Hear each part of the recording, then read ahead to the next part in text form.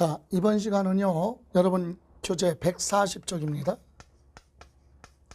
자, 140쪽에 재산세 과세권자와 납세 의무자 부분부터 들어갑니다.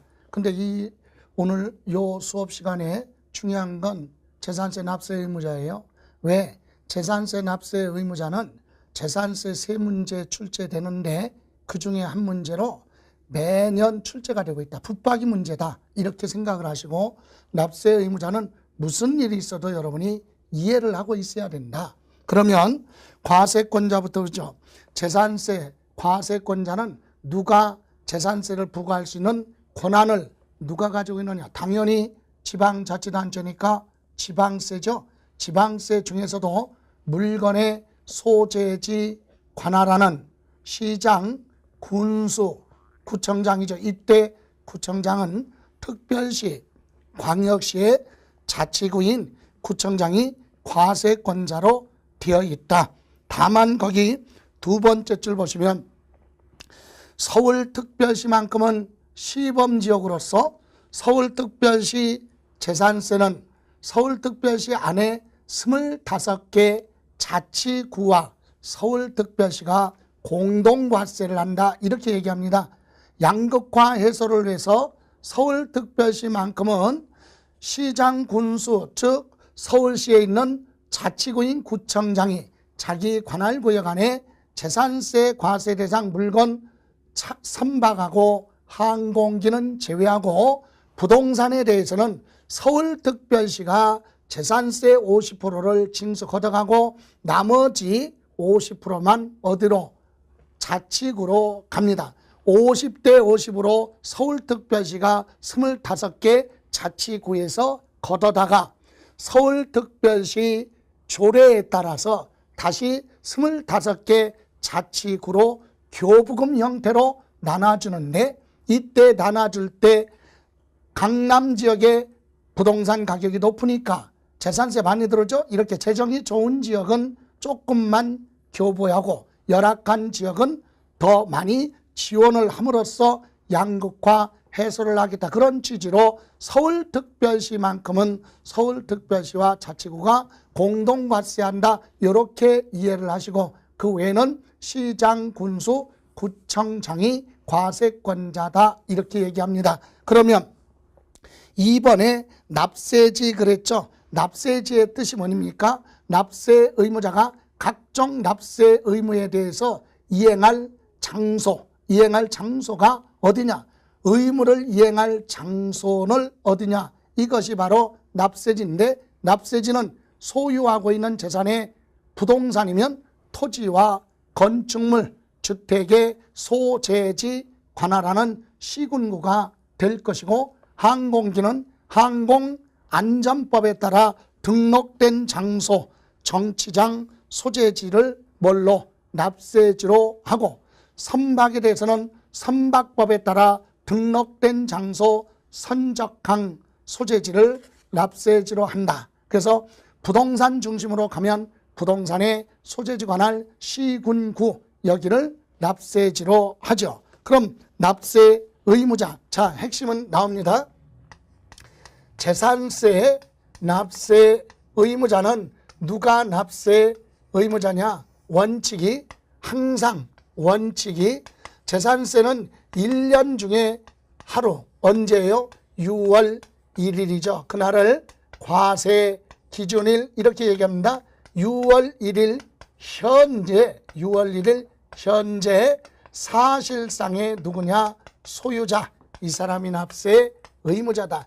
여기서 사실상 소유자 그러면 본인 앞으로 무엇을 등기 여부에 관계없이 사용, 수익, 처분할 수 있는 권리, 소유권을 갖고 있다면 소유자가 납세 의무자다. 그죠? 예를 들어 6월 1일자 매매 계약이 이루어졌다. 그러면 계약서상의 일반 매매는 취득세에서 계약서상 잔금 지급일인데 그 잔금 지급할 날짜가 6월 1일자로 되어 있는 그런 매매의 경우에는 매도자가 아니라 매수자가 사실상 소유자죠. 6월 1일 취득한 매수자가 납세 의무자가 된다. 자기 앞으로 뭐를 안 했어도 등기를 하지 않았어도 매수자, 이 사람을 납세 의무자로 하죠. 이렇게 해서 원칙이 과세 기준일 현재 사실상의 소유자. 여러분, 공적 장부인 과세대장이나 또는 등기부에 기재되어 있는 사람을 공부상 소유자 이렇게 얘기하는데, 공부상 소유자와 사실상 소유자가 같을 수도 있지만 서로 다를 수도 있죠. 그래서 다를 수도 있기 때문에 항상 원칙이 뭘로 간다? 사실상 소유자 이렇게 얘기합니다. 그래서 원칙 보시면 141조 재산세 납세 의무자는 재산세 과세 기준일 현재 재산을 사실상 소유하고 있는 자가 납세 의무자가 된다. 그래서 밑에 미니강이 있죠. 6월 1일자로 매매가 이루어졌다면 양수인 취득한 사람 매수자가 납세 의무자가 된다. 그런데 이때 원칙이 이렇게 사실상 소유자인데 사실상 소유자가 여러 명일 수도 있습니다. 그런 경우 첫 번째 무슨 재산이에요? 공유재산이에요.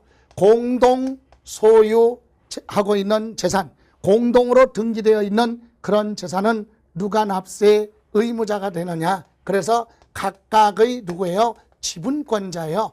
지분권자 그러면 자기 뭐만큼만 지분만큼. 그럼 지분 표시가 없다면 지분이 균등한 걸로 보고 각각 소유자를 납세 의무자랍니다. 그래서 남편과 부인이 공동 등기한 재산이 있다면 남편 앞으로 절반, 부인 앞으로 절반 고지서 발부하게 되죠. 이렇게 각각의 소유자가 납세 의무자다. 그런데 2번에 보시면 주택이에요. 주택을 뭐하고 있을 때 구분 소유하고 있다. 구분 소유. 자, 이런 경우는 누가 납세 의무자냐? 당연히 각각의 건물 소유자와 토지 소유자가 납세 의무자가 되는데, 이때는 재산세가 나오면 이것을 재산세를 시가 표준액이죠. 시가 표준의 비율로 무엇을 하라? 안분 나눠서 누구를 각각의 소유자를 납세 의무자로 한다. 이 얘기가 무슨 말이냐? 여기 보실래요? 자, 주택의 건물과 그 다음에 부속된 토지가 있어요. 다른 부동산은 건축물 따로 토지 따로 재산세를 계산하지만 주택은 건물하고 토지를 통합해서 과세합니다. 이때 요 건물은 갑이 소유하고 있고 토지는 을이 소유하고 있다. 이건 공동 소유가 아니라 뭐예요? 구분 소유잖아요.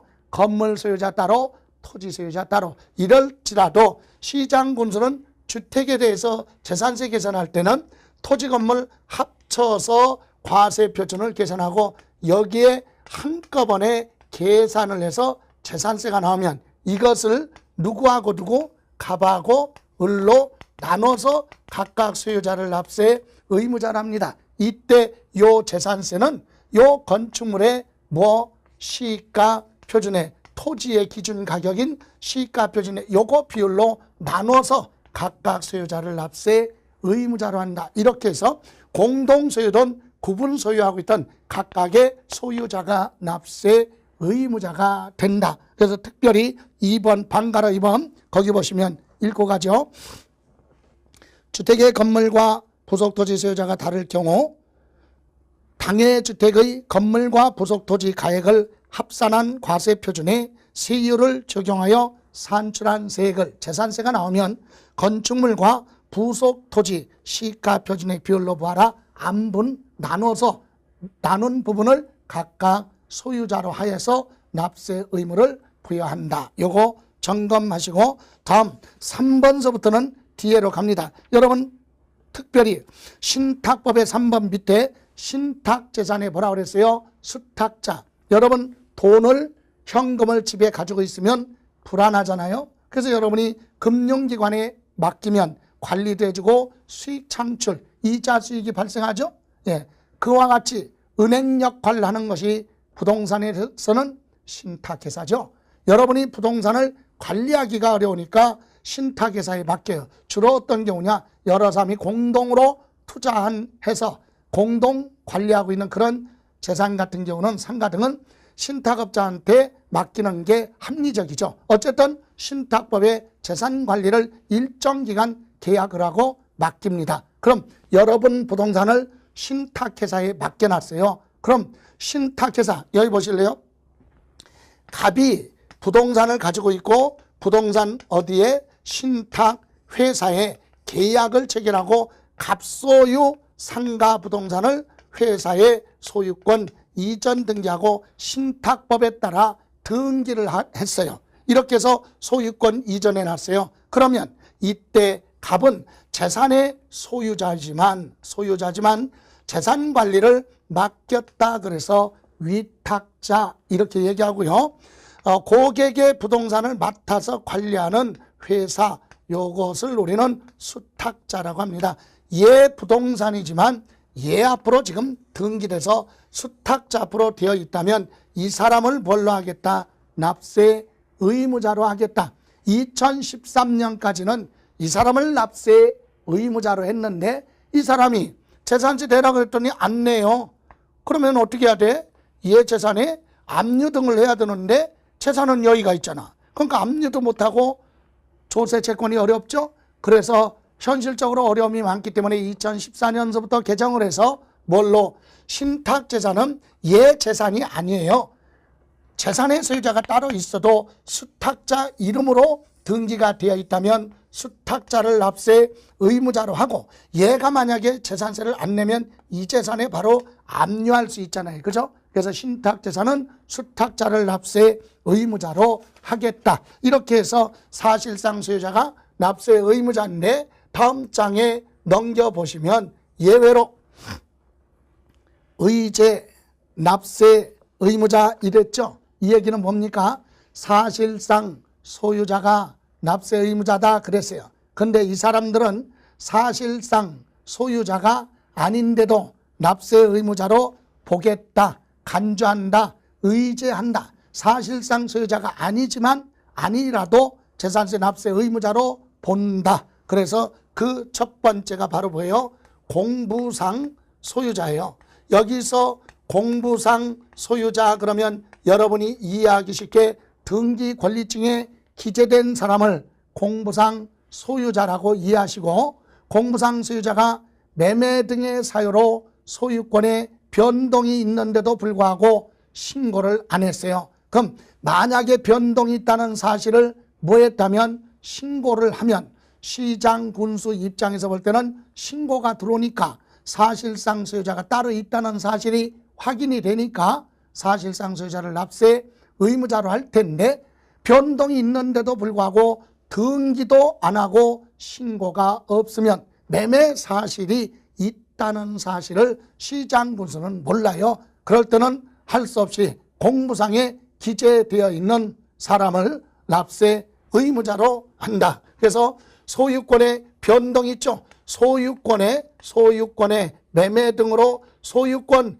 변동이 있는데 뭐를 안 했어요? 신고도 없고 뭐도 없다. 등기가 됐다면 별도로 신고 안 해도 되지만 등기도 없고 신고가 없으면 누구를 공부상 소유자를 납세 의무자로 한다. 여기 보실래요? 여러분이 6월 1일 전에 부동산을 가지고 있다가 다른 사람한테 팔았어요. 근데 6월 1일까지 그 사람이 소유권 이전 등기 안 해갔어요. 그래서 여러분 앞으로 그대로 등기가 되어 있으면 여러분한테 고지서 나와요. 왜? 여러분이 공부상 소유자니까. 그럼 여러분은 억울하잖아.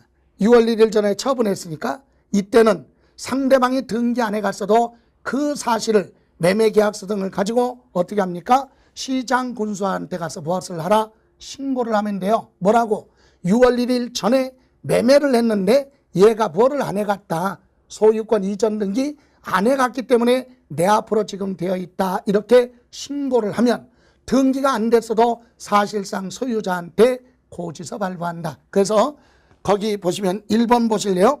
1번 공부상 소유자가 매매 등의 사유로 소유권의 변동이 되었는데도 신고하지 아니하여 사실상 소유자가 없을 때는, 알 수 없을 때는 공부상 소유자를 납세 의무자로 하겠다 요구하고, 다음 순서 바꿔서 3번, 방가로 3번, 종중재산 공부상 소유자, 개인의 이름으로 등기는 되어 있지만 개인 소유 재산이 아니라 사실은 종중, 문중 재산을 개인의 이름으로 등기된 경우도 있어요. 이때도 세법에는 6월 1일부터 6월 10일까지 변동이 있으면 신고하라, 이런 기간이 정해져 있죠. 그럼 6월 1일부터 6월 10일 요 사이에 뭐 신고해야 돼요. 내 개인 앞으로 등기는 되어 있지만 내 개인 재산이 아니라 종중재산이라 이렇게 신고하면 종중을 납세 의무자로 할 텐데, 뭐를 하지 않으면, 신고하지 않으면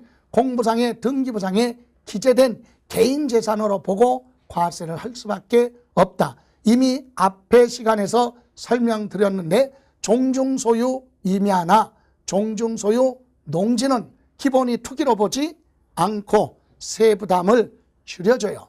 분리과세 가서. 근데 종중소유인데도 불구하고 신고를 안 하고 있다면 개인 소유로 보고 종합합산으로 가서 세금 많이 부과될 수도 있다. 어쨌든 종중소유 재산도 신고를 하지 않으면 공부상 소유자를 납세 의무자로 한다 요구하고요. 이제 방가로 2번에 가서 주된 상속자 납세 의무자로 하는 경우가 있다. 무슨 얘기냐? 이해를 하셔야 돼요. 재산의 소유자가 사망했어요. 사망 신고가 들어오면 시장군수는 이 사람은 사망했다는 사실을 확인할 수 있어요. 그런데 사망을 했으면 상속받는 사람들이 있을 것이고, 상속받은 사람들이 자기들 앞으로 뭐가 상속 등기를 했다면 별도로 신고 안 해도 됩니다. 근데 재산의 소유자는 사망했고 상속받은 사람은 상속 등기가 없어요. 그럼 누구누구가 상속받았는지 시장군수는 모르죠. 이때 누구를 주된 상속자를 납세 의무자로 하겠다. 그럼 주된 상속자는 불이익을 당하지 않으려면 신고하라 얘기. 무엇을?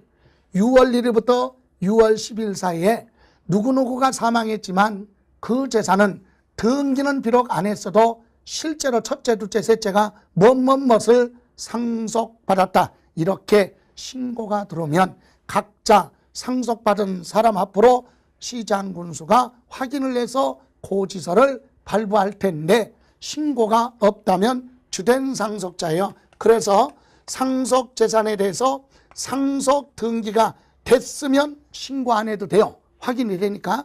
그러나 상속 등기도 없고, 그럼 주된 상속자가 무엇을 신고도 해야 되는데 신고도 없다면 주된 상속자를 납세 의무자로 하는데, 여러분 주된 상속자 하면 거기 행정안전부령이 정하는 방법에 따라서 민법상 지분이죠. 민법상 지분이 가장 무한 자, 많은 자, 높은 자, 이 사람을 우리는 주된 상속자라고 한다. 그럼 민법상 지분이 가장 많은 자, 그러면 사망한 사람의 배우자죠. 남편이 사망했으면 부인, 부인이 사망했으면 남편, 이렇게 배우자가 지분이 가장 많아요. 근데 가장 지분이 가장 많은 자가 두 사람 이상이다, 이럴 때는 무슨 말이냐? 이 얘기는 배우자가 2명 이상 이런 뜻이 아니라 배우자가 없다면 민법의 자녀들은 지분이 다 똑같아요. 그럴 때는 연장자, 나이가 많은 사람, 연장자, 나이가 많은 사람을 주된 상속자로 해서 그 사람을 납세 의무자로 한다, 이 얘기예요. 그래서 주된 상속자 점검해 보시면 2번 상속이 개시된 재산으로 재산의 소유자가 사망했고 상속 등기가 됐으면 관계없는데 상속 등기도 이행되지 않았고 사실상 소유자 신고하지 않았다면 행정안전부령이 정하는 주된 상속자를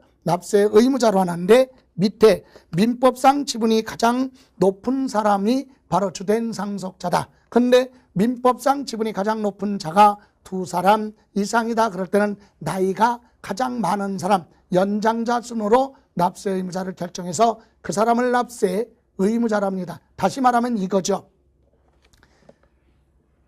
사망한 사람의 배우자는 상속받은 사람 앞으로 부하 안 했어도 등기 안 됐으면 누구누구가 상속받았다는 사실을 6월 1일부터 6월 10일까지 뒤에 나올 겁니다. 신고를 해야 돼요. 신고하면 그 사람들 앞으로 고지서 발부하는데, 신고 안 하면 본인은 상속을 하나도 안 받았어도 주된 상속자이기 때문에 납세 의무자가 될 수도 있다. 그런 불이익을 당하지 않으려면 신고하라 이 얘기입니다. 다음 반가로 4번에 보시면 매수 계약자.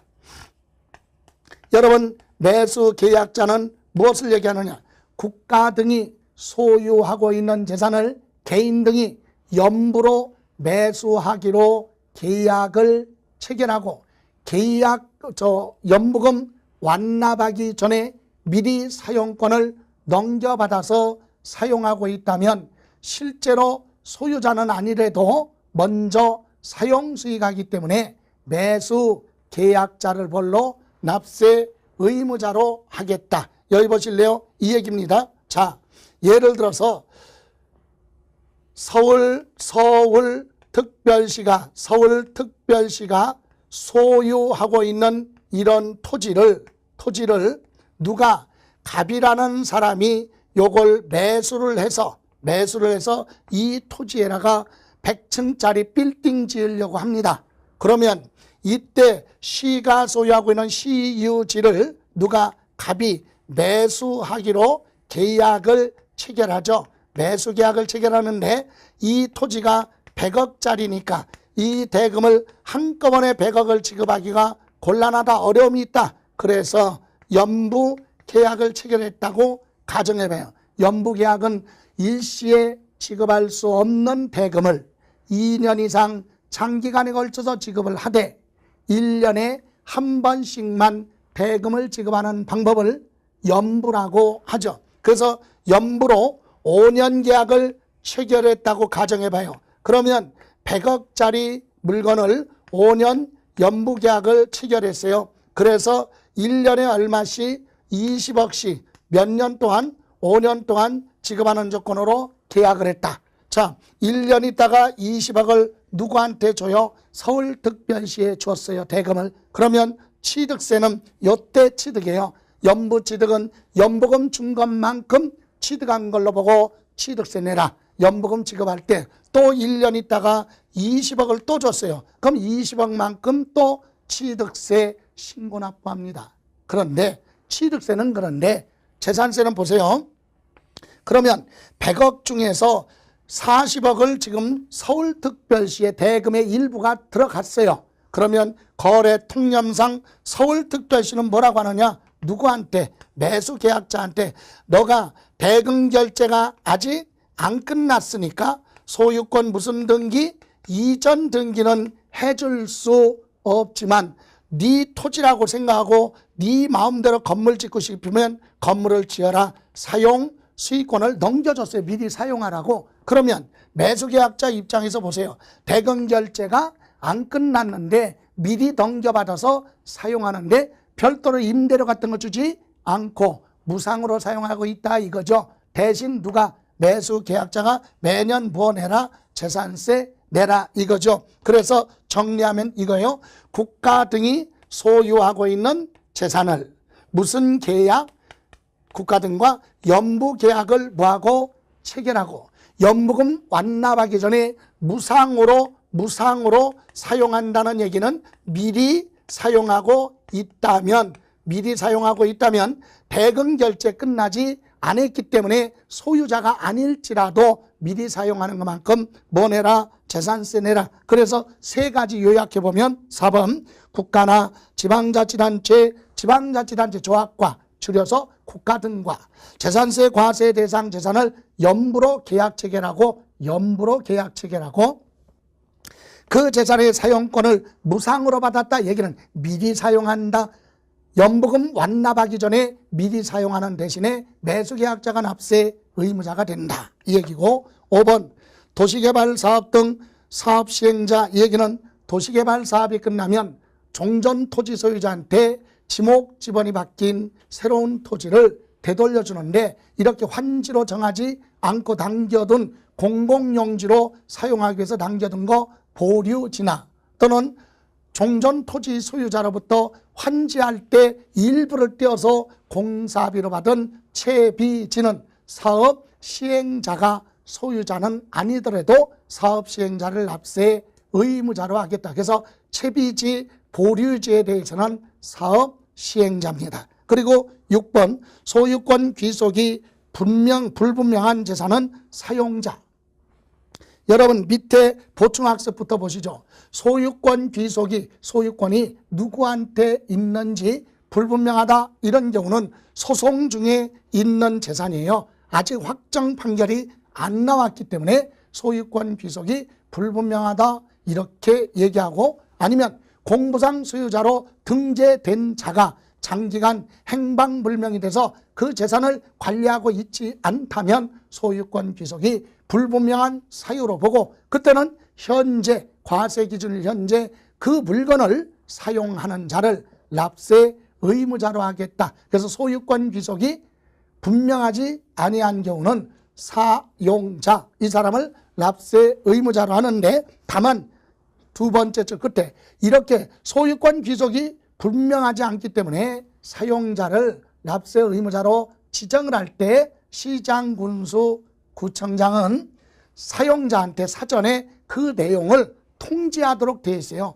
당신이 사용하고 있는 재산에 소유권 귀속이 불분명하기 때문에 당신을 뭘로 납세 의무자로 하겠다. 이렇게 미리 통지해 줘라 이거죠. 이렇게 해서 납세 의무자 사용자까지 봤는데 올해 개정 법률에 따라서 밑에 7번 하나 새롭게 들어왔어요. 물론 부동산하고는 거리가 멀죠. 수입하는 자, 선박이나 항공기, 재산세, 과세 대상이나 대상인 선박이나 항공기를 외국에서 임차하여 수입하는 자, 그러니까 외국에서 그냥 수입하는 자, 수입하는 경우는 수입하는 자를 뭘로 하겠다? 재산세 납세 의무자로 하겠다. 이렇게 해서 재산세 납세 의무자는 필수로 반복해서 보시고 이해가 갔으면 자주 보시면 돼요. 그리고 납세관리인 지정이라고 있죠. 그 1번 여러분 재산 상가 빌딩 소유자가 미국에 이민 가서 살고 있어요. 그래서 실제로 국내에 있는 상가 부동산을 관리하기가 어렵잖아요. 그럴 때는 또 시장 군수는 미국에 살고 있는 사람한테 재산세 미국으로 고지서 발부하기가 현실적으로 어렵잖아요. 그래서 자기가 직접 소유자가 직접 사용수익 관리하지 않는 재산은 납세 관리인을 하나 지정을 해서 시장 군수한테 신고하도록 되어 있습니다. 그래서 납세 의무자가 직접 사용수익하지 않는 재산은 납세 관리인을 지정하여 신고할 수 있다. 그런데 2번 납세 의무자가 만약에 지정해서 신고를 하지 않았다면 시장 군수는 확인을 해서 직권으로 조사해서 납세 관리인 사용하고 있는 사람들을 납세 관리인으로 지정을 하고 재산세 부과할 수도 있다. 이렇게만 기억하시고 핵심은 재산세 납세 의무자다. 그죠? 자, 이렇게 해서 재산세 과세 대상 물건을 소유하고 있는 이런 사람들이 납세 의무자가 되는데 다만 밑에 144쪽 재산세 비과세라고 그랬죠. 이러이러한 재산은 사실상 소유하고 있어도 특별히 재산세 부과하지 않겠다. 그래서 비과세가 있어요. 그 첫 번째가 국가 등에 대한 비과세 크게 두 가지인데 그 첫 번째가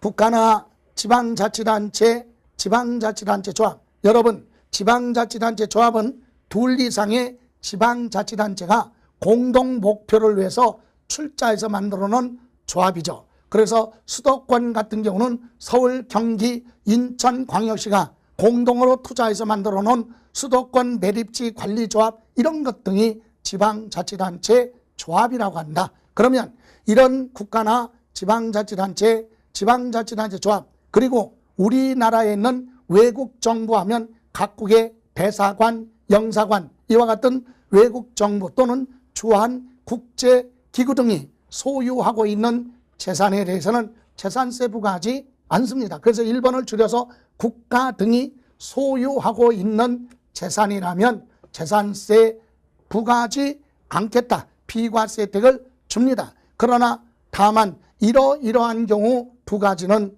과세를 하겠다. 그 첫 번째가 여러분 국가 등이 소유하고 있다. 외국 정부기관 무조건 비과세 혜택을 주는 건 아니에요. 그 나라와 우리나라가 상호 면세주의 협정이 체결된 국가 정부에 대해서만 비과세 혜택을 줍니다. 그래서 밑에 1번 대한민국 정부 기관에 대해서 부과하는 외국 정부에 대해서는 우리도 부과하겠다. 과세를 하겠다. 예를 들어 미국에 있는 우리나라 주미 한국 대사관에서 소유하고 있는 재산 미국에서 비과세 혜택을 준다면 우리나라에 있는 주한미 대사관에 소유하고 있는 것도 비과세. 그쪽에서 과세하면 우리도 과세를 하겠다. 이런 취지죠. 이렇게 이해하시고 큰 내용은 아니에요. 그러나 2번 정도는 이해하고 있어야 된다. 왜? 국가 등이 소유하고 있는 재산은 비과세잖아요. 근데 여기 보세요. 여기 아까 국가 등이 소유하고 있는 재산이라도 연부로 매매계약을 체결하고 매수계약자가 미리 사용할 때 매수계약자를 납세 의무자로 지정했기 때문에 국가가 소유하고 있어도 그건 비과세가 아니라 보다 과세. 그래서 2번 보시면 국가 등으로부터 연부 취득에 따라 매수계약자에게 납세 의무가 있는 그런 재산은 비과세가 아니라 과세. 누가 납세 의무자예요? 매수계약자를 납세 의무자로 되어 있기 때문에 그렇습니다. 이렇게 해서 1번 줄여서 국가 등이 소유한 재산은 비과세다. 이렇게. 다음 2번은 국가나 지방자치단체 또는 지방자치단체 조합이 1년 이상 공적인데 사용합니다. 공용 또는 공공용으로 사용하는 재산에 대해서는 재산세 부과하지 않는다 그랬어요. 그러니까 국가 등이 남의 재산을 1년 이상 대가를 지급하지 않고 무상으로 사용하고 있다면 재산 소유자 입장에서는 수익하는 게 없으니까 그런 재산은 비과세 혜택을 주겠다. 그래서 가로 안에 보시면 올해 개정된 부분이 가로 안에 1년 이상 사용하겠다고 계약서 등이 입증이 되는 경우에 한해서 그런 경우도 포함을 해서 1년 이상 사용하고 있지 않더라도 앞으로 1년 이상 사용하겠다고 계약이 체결됐다면 그런 재산도 비과세 혜택을 주겠다. 다만 올해 개정돼서 구체적으로 명시해놨어요. 오른쪽에. 다만 이러이러한 경우 두 가지는 과세하죠. 첫 번째 유료로 사용하는 경우는 과세합니다. 국가 등이 무상으로 사용할 때만 비과세고 국가 등이 남의 재산을 1년 이상 사용하더라도 대가를 주고 유료 대가 주고 사용하면 그건 과세를 하겠다. 또 2번은 개정돼서 새롭게 들어온 조항이죠.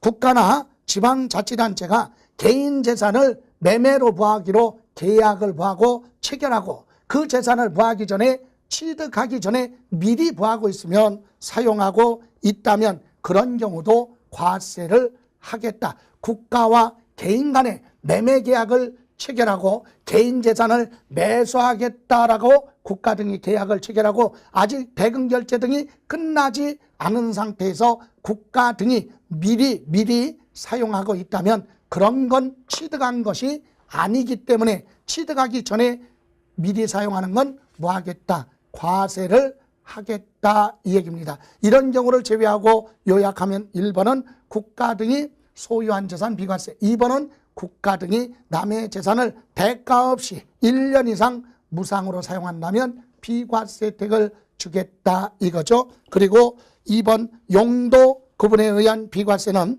첫 번째 이러이러한 데 사용한다. 그래서 첫 번째 대통령령으로 정하는 토지, 지목이 도로, 하천, 제방, 국어, 유지, 묘지 이건 수익하는 게 아니죠. 토지는 소유하고 있어도 사용수익, 수익, 토지는 소유하고 있어도 수익 창출이 되지 않는 이런 토지는 가지고 있어도 비과세 혜택을 주겠다. 수익이 없으니까. 다음 두 번째 산림법에 의해서 공익상 재산세 부과하지 아니할 정당한 사유가 있는 거 네 가지. 1번은 군사시설보호법에 의한 군사기지 및 군사시설 보호구역 중에 통제보호구역 있죠. 일반인이 출입할 수 없는 지역, 즉 민통선 지역 안에 있는 토지는 사용수익할 수 없으니까 세금 내지 마라, 비과세 혜택을 주는데, 다만 그런 지역에서도 실제로 특정인만 출입해서 사용하고 있는 전, 답,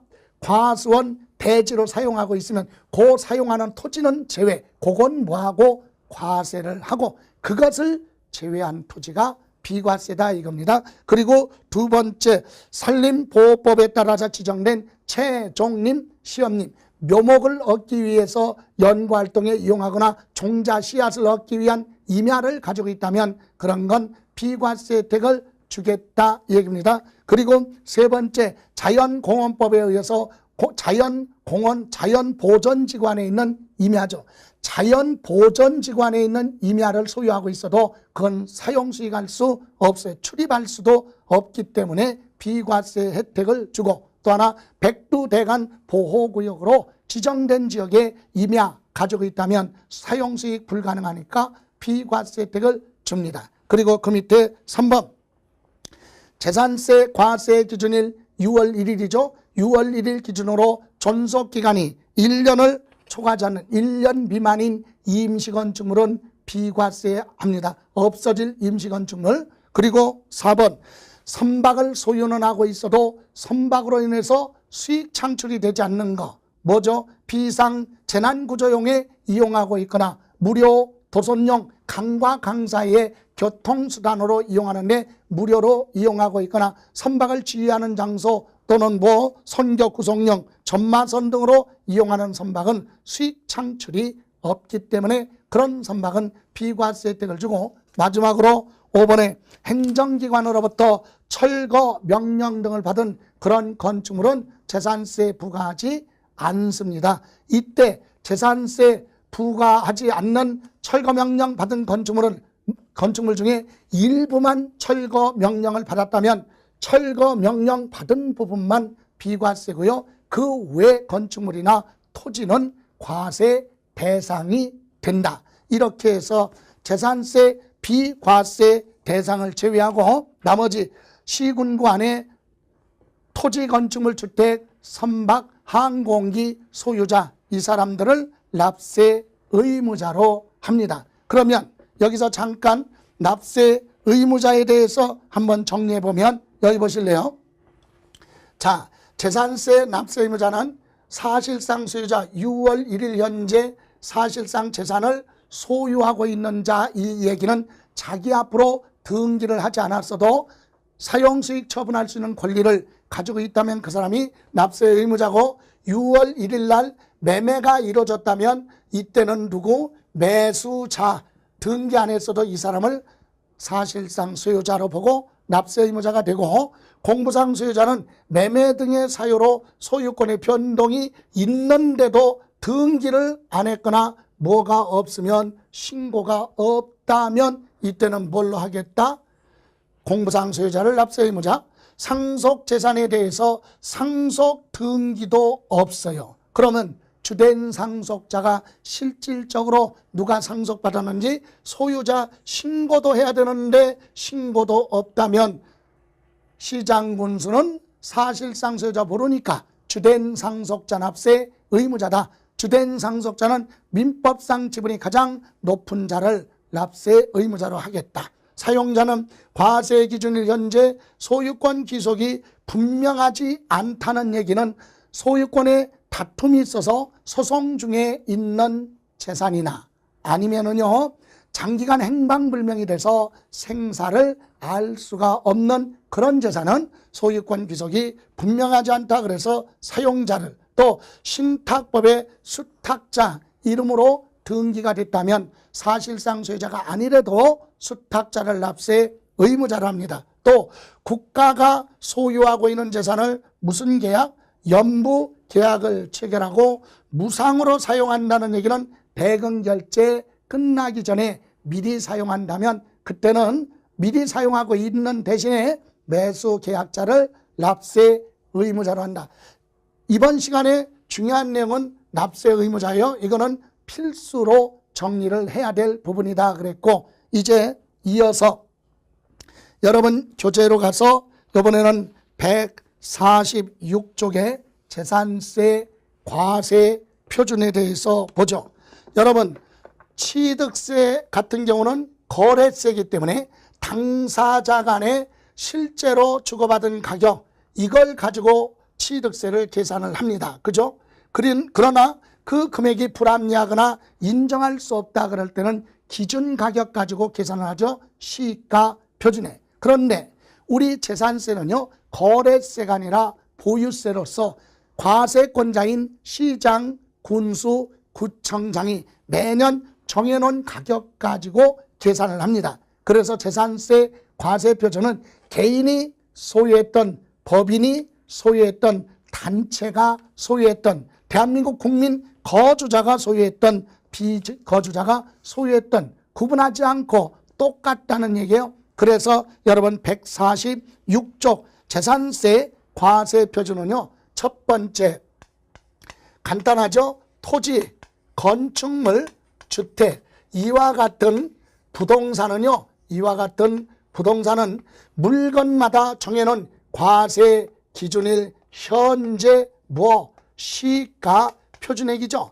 여러분 시가 표준액은 지방세법에서 지방세를 부과하기 위해서 물건마다 기준 가격을 정해놓은 걸 우리는 시가 표준액이라고 합니다. 그래서 시가 표준액 하면 구체적으로 토지는 취득세에서 얘기한 거랑 똑같죠. 부동산 가격 공시 및 감정평가에 관한 법률에 따라 고시가 된 가격. 그래서 토지는 토지 필지마다 정해놓은 가격, 개별 공시 지가를 얘기하는 거고, 주택은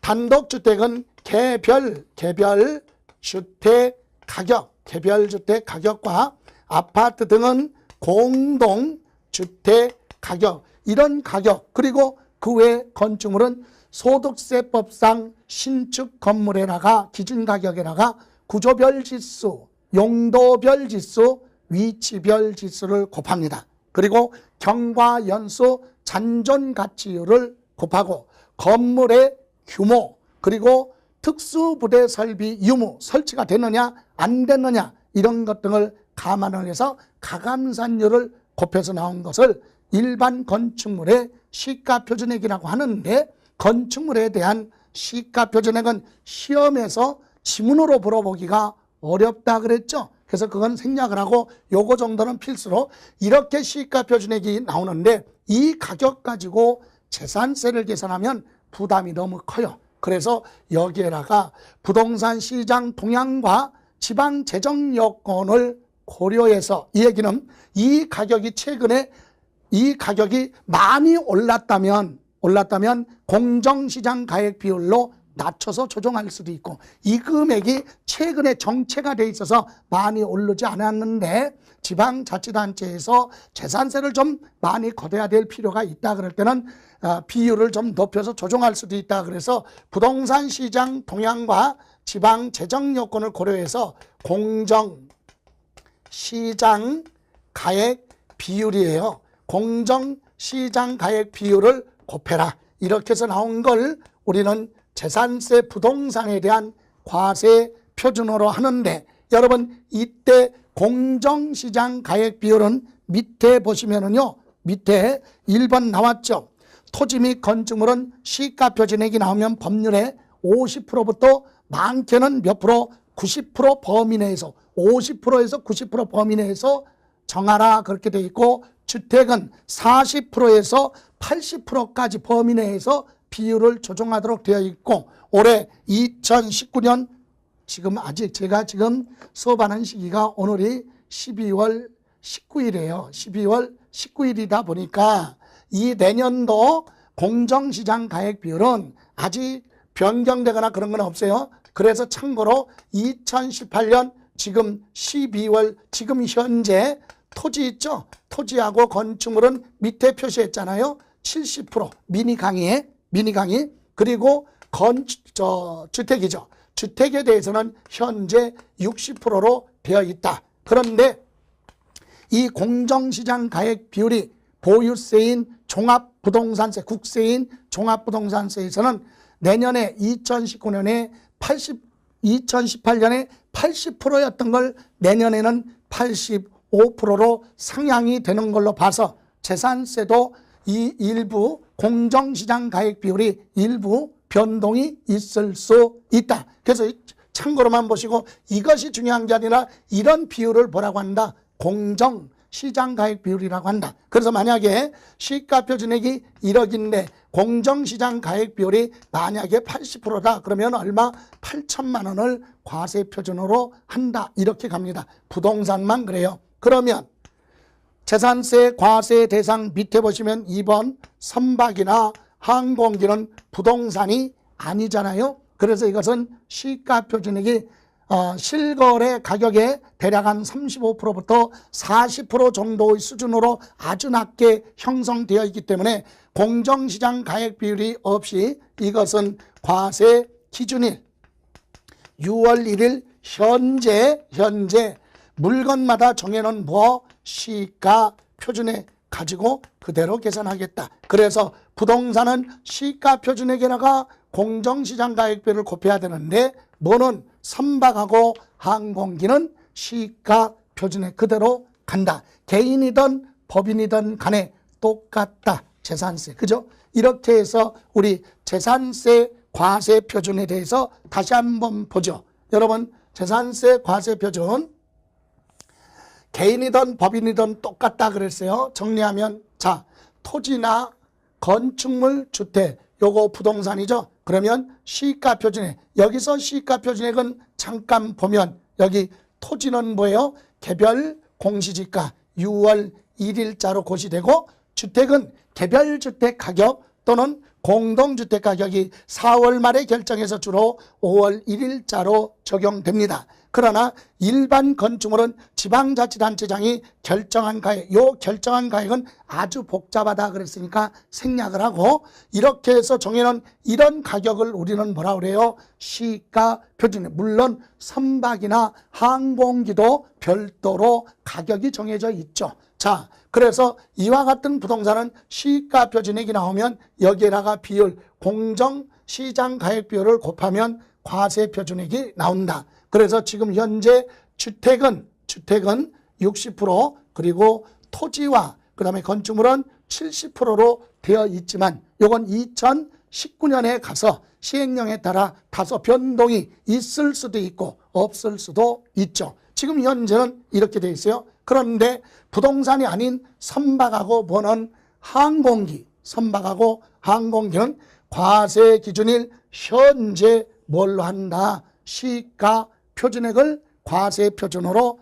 하겠다 이 얘기입니다. 그런데요, 이때 이와 같은 재산세 과세 표준은요, 개인이 소유했던 또는 뭐예요? 법인이 소유를 했던 또는 개인 중에서도 우리나라에 주소가 있는 거주자, 외국인 누구 비거주자 할 거 없이 우리나라 안에 있는 이런 재산에 대해서는 전부 다 과세 표준이 똑같다는 얘기예요. 그래서 우리 취득세, 등록, 면허세는 거래세이기 때문에 부동산 시장이 활성화가 돼서 매매 거래가 많이 발생하면 취득세가 많이 들어오고 등록면허세 많이 들어오니까 재정이 좋아지고 부동산 시장이 동결돼서 침체가 돼서 거래가 발생하지 않으면 취득한 사람이 없으니까 취득세 납입하는 사람이 없겠죠. 그래서 지방자치단체 재정이 부동산 시장에 따라서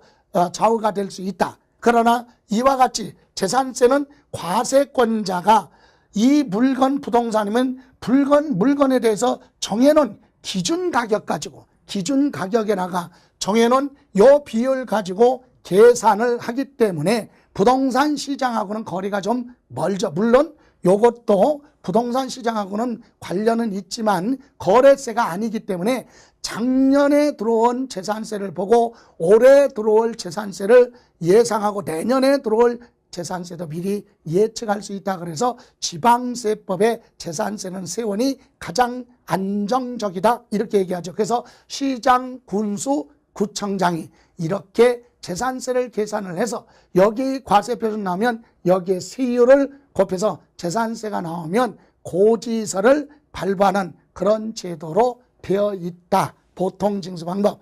그래서 다음 시간에는 세율이 구체적으로 몇 %고 이제 부가징수 절차에 대해서 마무리하는 걸로 하고 이번 시간은 여기서 마무리하겠습니다. 고생하셨습니다.